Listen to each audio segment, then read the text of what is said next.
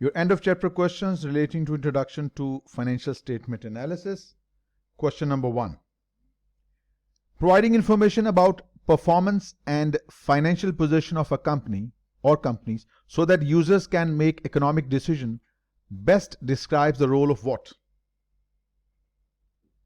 It's about financial statement preparation. It is not auditing. We haven't yet worked our magic. No financial statement analysis has been done. It is financial reporting. The role of financial statement analysis is to evaluate the financial reports, but here we are talking about the preparation of financial statements, so that's B. Next. Which of the following best describes the role of financial statement analysis? Which of the following best describes the role of financial statement analysis, FSA? To provide information about the company's performance? No, that is financial reporting. To provide information about companies' changes in financial position over the period, financial reporting. To form expectations about the company's future performance and financial position. Financial statement analysis is future oriented, directed towards the future. That is true. C is the right option. Next. The role of financial statement analysis is best described as financial statement analysis. Remember, FSA. We are looking for the statement that is the best. Providing information useful for making investment decisions. Providing information.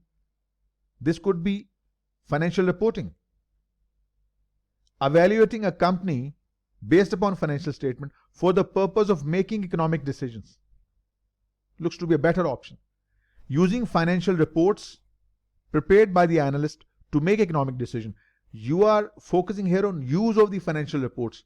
It's not the financial statement analysis itself. Making use of the financial reports to make the economic decision, this is not FSA. So we are stuck with A and B, and comparing A and B, B appears to be a much better option.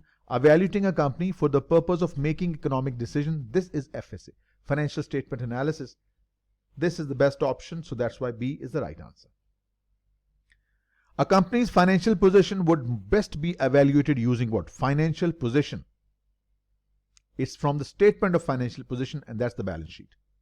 From income statement, we assess the results of operations, profitability.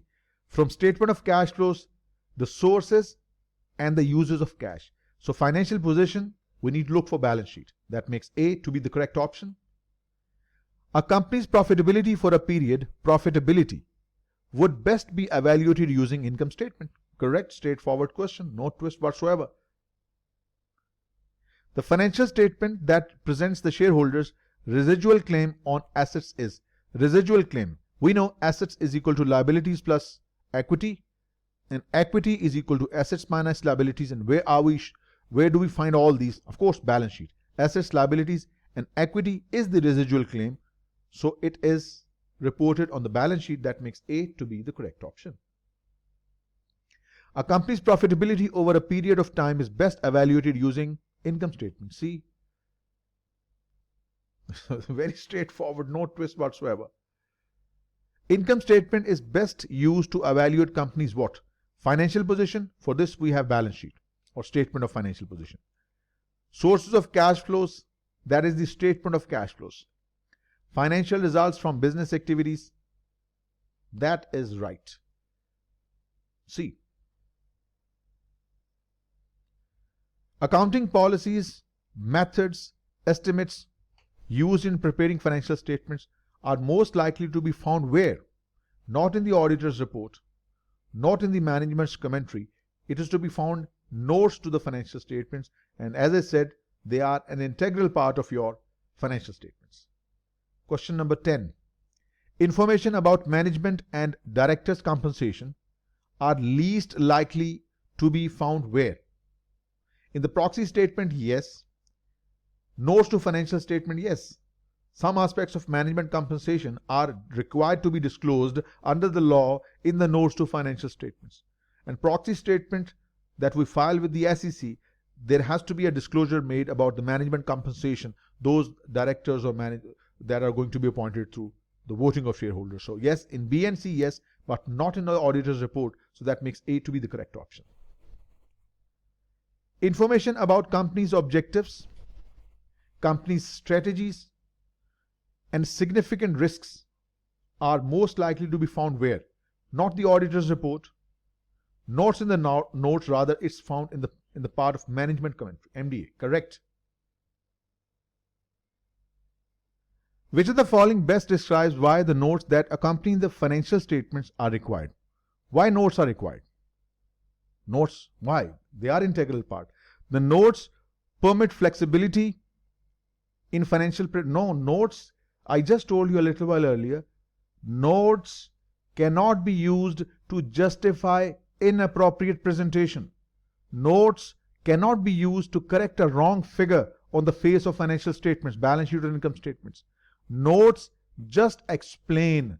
They amplify the contents of financial statement, and that is their main purpose. So they do not allow you the flexibility. They just allow you to disclose, describe, explain, amplify what is there in the financial statements. Wrong. Standardize financial reporting across companies. Notes do not standardize. Notes are just supplementary information on the financial statement. So they do not standardize. Rather, IFRS and US GAAP, these are the regimes that standardize the financial reporting across companies. This is not correct. So why there are notes? They provide information necessary to understand the financial statements, and that's why I keep on saying notes are an integral part of your financial statement. They amplify the contents of financial statements.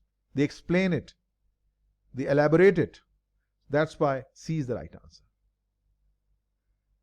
The type of audit opinion that is preferred, the one that is cleanest. And which one is the cleanest one? The unqualified one. As clean as an opinion can be. C. The auditor determines that the company's financial statements are prepared in accordance with the applicable accounting standards, except with respect to inventory valuation. This exception is most likely to result in an audit opinion that is not adverse, rather qualified. Some explanatory paragraph to be given by the auditor explaining his reason of disagreement with the management. B. An independent audit report is most likely to provide what?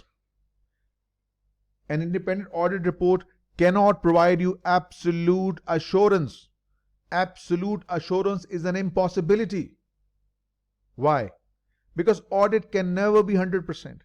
Since the audit can never be 100%, hence there is no absolute assurance.